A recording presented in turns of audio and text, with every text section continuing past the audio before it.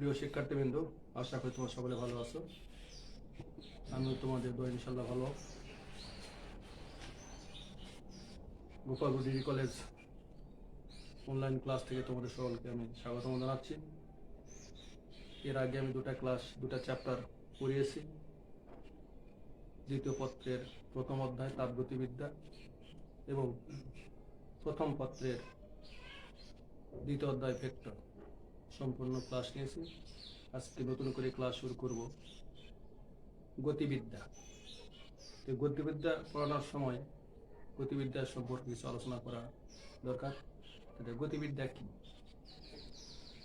বিজ্ঞানের প্রাচীনতম শাখা হলো বলবিজ্ঞান, তারই একটা শাখা হলো গতিবিদ্যা ও স্থিতিবিদ্যা। বিজ্ঞানের যে শাখায় বল বা স্থিতি গতি নিয়ে আলোচনা করা তাকে বলে বলবিদ্যা, আবার যে শাখায় কোনো গতিশীল বস্তু নিয়ে আলোচনা করা তাকে বলা হয় গতিবিদ্যা। এই গতি নিয়ে পড়াতে গিয়ে আমরা প্রথমে গতি নিয়ে কথা বলবো। তো গতির কথা বলতে গিয়ে স্থিতির কথা আছে। তো স্থিতি কি, গতি কি, ঘুরে দেখা আছে গতিবিদ্যা। প্রথম আছে বলবিদ্যা, স্থিতি, গতি, আপেক্ষিক স্থিতি, আপেক্ষিক গতি, প্রসঙ্গ কাঠামো, গতি বিষয়ক রাশি, দূরত্ব, অবস্থান, ভেক্টর, সরণ, দ্রুতি, বেগ, ত্বরণ ইত্যাদি। তো প্রথমে আমি আলোচনা করব স্থিতি আর গতি নিয়ে। তো স্থিতি গতি আলোচনা করতে গিয়েই আরো দুটা শব্দ আসে, পরম স্থিতি, পরম গতি। এই পরম স্থিতি পরম গতি নিয়ে আলোচনা করতে গিয়ে প্রথম আলোচনা করা যাক পরম গতি। তো দার্শনিক এবং বিজ্ঞানী অ্যারিস্টটল সর্বপ্রথম এই পরম গতির কথা বলছিলেন। উনি বলছেন পৃথিবী স্থির, পৃথিবী কেন্দ্র করে অন্যান্য গ্রহগুলো ঘুরছে, অর্থাৎ পৃথিবী কেন্দ্রিক। এবং এর ব্যাখ্যা দিয়েছিলেন তাহলে পৃথিবীকে কেন্দ্র করে অন্যগুলো ঘুরছে, তখন উনি বলছেন এটা পরম স্থির। কিন্তু পরবর্তীতে দেখা গেল বিজ্ঞানী গ্যালিলিও, কোপার্নিকাস ওনারা পরীক্ষা করে দেখলেন না, পৃথিবী স্থির না, পৃথিবী গতিশীল।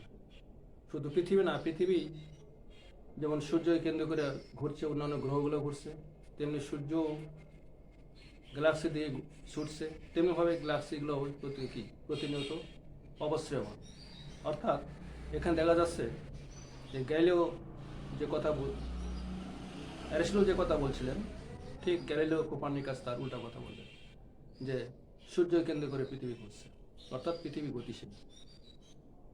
এই ক্ষেত্রে এর পেছনে বিজ্ঞানীরা যুক্তি দেখেছেন। যেমন অ্যারিস্টটল বলছিলেন যে যদি আমরা কোনো বস্তুকে উপর নিক্ষেপ করি, সেই বস্তু আবার ঠিক একই জায়গাতেই পড়ছে, এ থেকে বোঝা যাচ্ছে পৃথিবী গতিশীল। কিন্তু না, পরবর্তীতে গ্যালিলিও কোপার্নিকাস এই তত্ত্ব ভুল প্রমাণ করছেন এবং আরও চিন্তা করছিলেন যে পৃথিবীতে একটা মাধ্যম আছে যেটা স্থির, যাকে বললে আমরা ইথার। কিন্তু পরবর্তীতে মাইকেলসন স্মলি পরীক্ষা করে দেখলো না, ইথার নামক কোনো মাধ্যম নাই।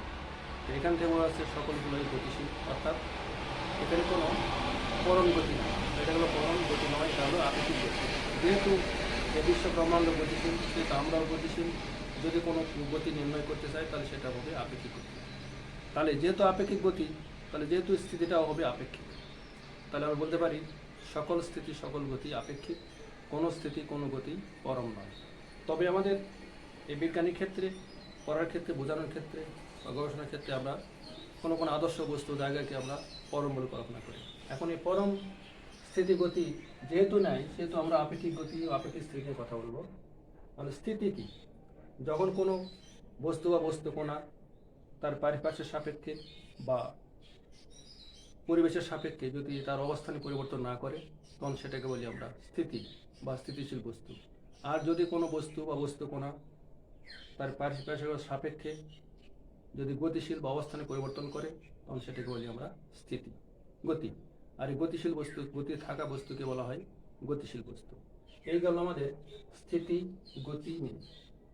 যেহেতু সকল স্থিতি সকল গতি আপেক্ষিক, আপেক্ষিক গতি নিয়ে পরে আলোচনা করব। এখন এই আপেক্ষিক স্থিতি গতি আর ব্যাখ্যা করতে গিয়ে এর সঙ্গে আরেকটি শব্দ, আরেকটি বৈজ্ঞানিক যুক্তি আসে, প্রসঙ্গ কাঠামো। আর প্রসঙ্গ কাঠামো বলতে কি বুঝি? প্রসঙ্গ কাঠামো বলতে আমরা কি বুঝি? প্রসঙ্গ কাঠামো হলো যার সাহায্যে, যার দ্বারা আমরা কোনো স্থিতি বা গতিশীল বস্তু স্থিতি গতি সম্পর্কে আমরা জানতে পারি, অর্থাৎ কোথায় সেটা অবস্থিত। যেমন তোমাদের ভেক্টরের চ্যাপ্টার পড়াশোনা বলছিলাম অবস্থান ভেক্টর। প্রসঙ্গ কাঠামোর মূল বিন্দুর সাপেক্ষে কোনো বিন্দুর অবস্থান নির্ণয়ের জন্য আমরা যে ভেক্টর ব্যবহার করি তাকে বলে অবস্থান ভেক্টর। এই অবস্থান ভেক্টর ব্যাখ্যা করতে গিয়ে সেই প্রসঙ্গ কাঠামোর একটা নির্দিষ্ট বিন্দু কল্পনা করি, যে বিন্দুকে বলি প্রসঙ্গ কাঠামোর মূল বিন্দু। তার প্রসঙ্গ কাঠামো কি? আমরা কোনো একটা, তারা কি বললাম, যে কোনো বস্তুর স্থিতি বা গতি সম্পর্কে জানতে হলে যার সাহায্য নেই, যার নির্ণয় করে তাকে বলি আমরা প্রসঙ্গ কাঠামো। এই প্রসঙ্গ কাঠামো দুই ধরনের, একটা হলো জড় প্রসঙ্গ কাঠামো, একটা হলো অজড় প্রসঙ্গ কাঠামো। আর জড় প্রসঙ্গ কাঠামো বলতে বুঝি, যেমন বলা হলো যে একটা আদর্শ জায়গা, সেখান থেকে আমার দূরত্ব কত, আমার গতি কত, সেটা আমরা বের করতে পারি। সেই হিসাবে বলা হয় যদি কোনো কাঠামো স্থির বা গতিশীল, গতি অপরিবর্তিত অর্থাৎ ত্বরণ নেয়, তখন সেই কাঠামোগুলো আমরা জড় প্রসঙ্গ কাঠামো। তখন সেটাকে বলবো আমরা জড় প্রসঙ্গ কাঠামো। জড় প্রসঙ্গ, জড় প্রসঙ্গ কাঠামো, জড় প্রসঙ্গ কাঠামো। অর্থাৎ এই কাঠামোতে নিউটনের গতি বিষয়ক এবং অন্যান্য সূত্রাবলী আমরা প্রতিপাদন করতে পারি। আর যে কাঠামো গতিশীল অথবা স্থির, গতিশীল কিন্তু তার গতি পরিবর্তন আছে অর্থাৎ ত্বরণ আছে, সেটাকে বলবো আমরা অজড় প্রসঙ্গ কাঠামো। যেমন আমরা কোনো লিফটে উঠি বা কোনো মহাশূন্য যান বা কোনো রকেট যানে যদি আমরা চলাফেরা করি, যদি গতিশীল থাকে, সেগুলো সেই কাঠামোগুলোকে বলি আমরা অজড় প্রসঙ্গ কাঠামো। এই গেল আমাদের কাঠামোর সঙ্গে কথা, প্রসঙ্গ কাঠামোর সঙ্গে বললাম। এখন এই জড় প্রসঙ্গ কাঠামো আবার তিন ধরনের। দেখো, প্রথম তোমাদের আছে হলো একমাত্রিক জড় প্রসঙ্গ কাঠামো। একমাত্রিক প্রসঙ্গ কাঠামো।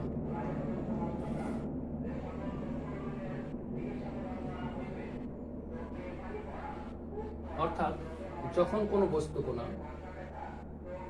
একটা নির্দিষ্ট রেখা বরাবর গতিশীল থাকে, তখন সেই গতি বা সেই কাঠামোকে বলি আমরা একমাত্রিক কাঠামো। যেমন ধরো, ও একটা মূল বিন্দু, এখান থেকে কোনো একটা বস্তু এক্স অক্ষ বরাবর হতে পারে, ওয়াই বরাবর হতে পারে, যে কোনো একটা অক্ষ বরাবর গতিশীল থাকছে, তখন তাকে বলবো আমরা একমাত্রিক প্রসঙ্গ কাঠামো। এরপরে তোমাদের আছে হলো দ্বিমাত্রিক প্রসঙ্গ কাঠামো। দ্বিমাত্রিক প্রসঙ্গ কাঠামো।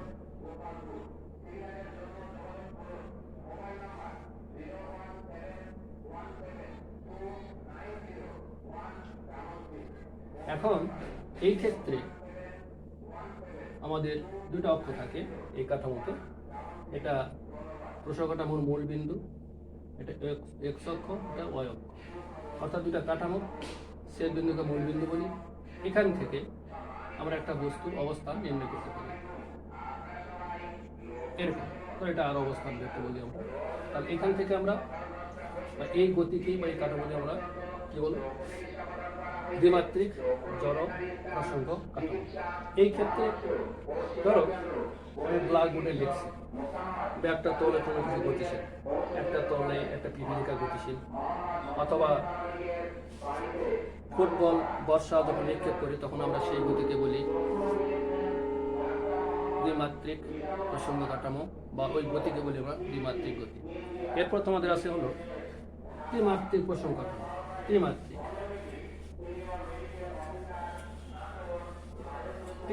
প্রসঙ্গ কাঠামো।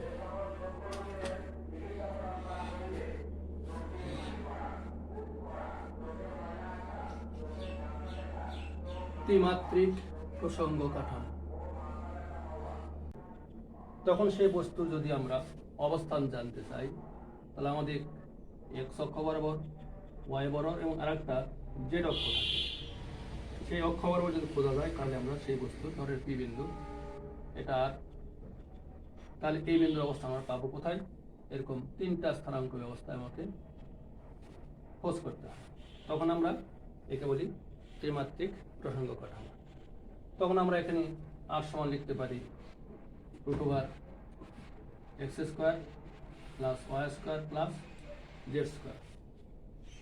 এই গেল তোমাদের কাঠামো। এই ক্ষেত্রে কোনো একটা বস্তু স্পেস বা কোনো জায়গা আছে, আমরা তার অবস্থান এই ত্রিমাত্রিক প্রসঙ্গ কাঠামোর সাহায্যে বের করতে পারি। তো তোমাদের স্থিতি গতি নিয়ে আলোচনা করলাম, আপেক্ষিক স্থিতি আপেক্ষিক গতি বললাম। এখন তোমাদের এই আপেক্ষিক গতি নিয়ে কিছু কথা বলবো, কথা বলে আমি আজকে ক্লাস শেষ করব। পরবর্তী ক্লাসে গতি বিষয়ক ক্লাস নিয়ে আলোচনা করব। আপেক্ষিক গতি।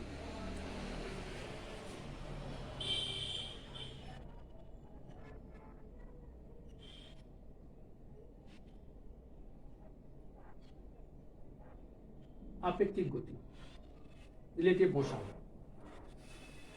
যে কথা বলছিলাম যে বিশ্বমানের সকল গতি আপেক্ষিক গতি। যদি দুই বা ততোধিক বস্তু গতিশীল থাকে, সেই ক্ষেত্রে আমরা একটার সাপেক্ষে অন্যটার গতি যদি নির্ণয় করি, তখন সেই গতিকে বলি আমরা আপেক্ষিক গতি। এখানে বেগের কথাও আসছে, তবে গতি নিয়ে কথা বলছি, বেগের কথা পরে বলবো। তো সেই ক্ষেত্রে আমরা আপেক্ষিক গতি কি করে নির্ণয় করব? ধরে নাও দুটা গাড়ি গতিশীল, একই দিকে যাচ্ছে, রৈখিক গতি হিসেবে চলছে। সেই ক্ষেত্রে আমরা এই দুটা গাড়ি, যে কোনো একটা গাড়ির সাপেক্ষে, বা দুই বন্ধু সাইকেল চালাচ্ছে অথবা দুই বন্ধু ড্রাইভিং করছে, এক্ষেত্রে আমরা যে কোনো বন্ধুর সাপেক্ষে, যে কোনো গাড়ির সাপেক্ষে আমরা আপেক্ষিক গতি নির্ণয় করব। দেখো আপেক্ষিক গতি, দুটা গাড়ি, একটা এ গাড়ি,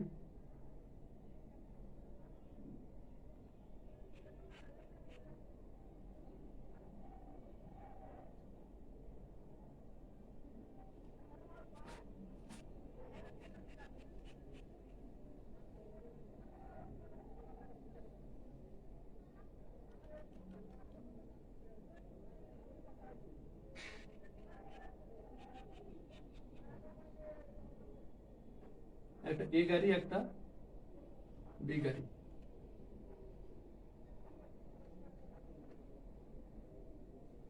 একে বলি আমরা এ কার, এটা হলো বি কার। এর বেগ হলো বা গতি হলো ভি, এর গতি হলো ভিবি।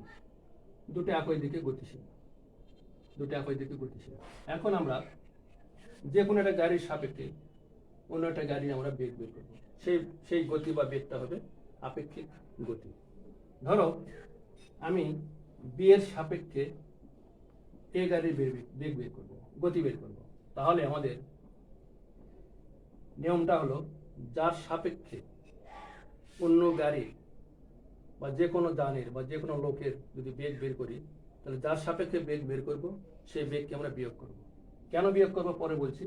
যেমন বলা হলো যে বি এর সাপেক্ষে এর বেগ কত, বি এর সাপেক্ষে এ গাড়ির বেগ কত বা গতি কত, তাহলে লিখবো আমরা ভি এ বি, বি গাড়ির সাপেক্ষে এ গাড়ির বেগ। তাহলে যার বেগ সাপেক্ষে বের করবো সেটাকে আমরা বিয়োগ করবো, ভি এ বিয়োগ ভিবি। যদি এরা একই দিকে গতিশীল থাকে, যদি এরা একই দিকে গতিশীল থাকে, অথবা যদি এরা উল্টা দিকে, ধরো বি গাড়ি উল্টা দিকে আসছে, এই গাড়ি যেদিকে যাচ্ছে বি গাড়ি তার উল্টা দিকে আসছে, সেই ক্ষেত্রে আমরা এর বেগ বের করব। তখন এই সূত্র মোতাবেক আমরা ভি এ বি লিখবো, বি গাড়ির সাপেক্ষে এ গাড়ির বেগ বের করবো কি করে, এই গাড়ির বেগটা উল্টা দিকে আসছে, অর্থাৎ বিপরীত দিকে আসছে। তাহলে সেই ক্ষেত্রে আমরা লিখবো ভি এ বিয়োগ বিয়োগ ভিবি। এই হলো আমাদের, তাহলে কি হলো ভি এ প্লাস ভিবি। অর্থাৎ যদি কোনো ক্ষেত্রে দুটো বস্তুর গতি পরস্পর বিপরীত দিকে হয়, তাহলে সেটা হবে দুটা বেগের গতির যোগফল বা বেগের যোগফল। আর যদি একই দিকে হয় তাহলে দুটা বেগের বিয়োগফল। এই হলো আমাদের আপেক্ষিক গতি নির্ণয় করার পদ্ধতি।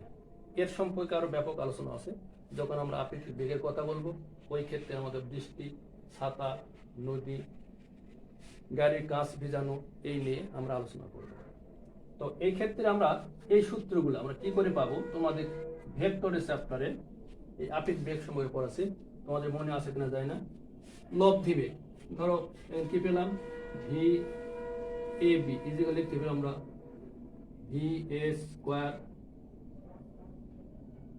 Plus VB square plus 2VA VB into cos 180 minus alpha.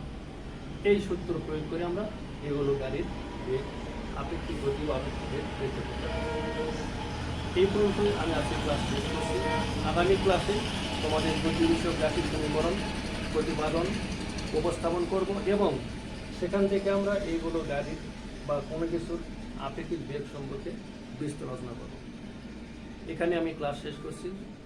তোমরা সবাই সুস্থ থাকো এবং এই কোভিড-19 থেকে রক্ষা পাওয়ার জন্য আমরা সবাই বাইরে গেলে মাস্ক ব্যবহার করি এবং বাসায় ফিরলে আমরা সবসময় হ্যান্ড স্যানিটাইজার ইউজ করি। নিজেকে নিরাপদ রাখি, সকলকে নিরাপদ রাখি। সকলকে ধন্যবাদ।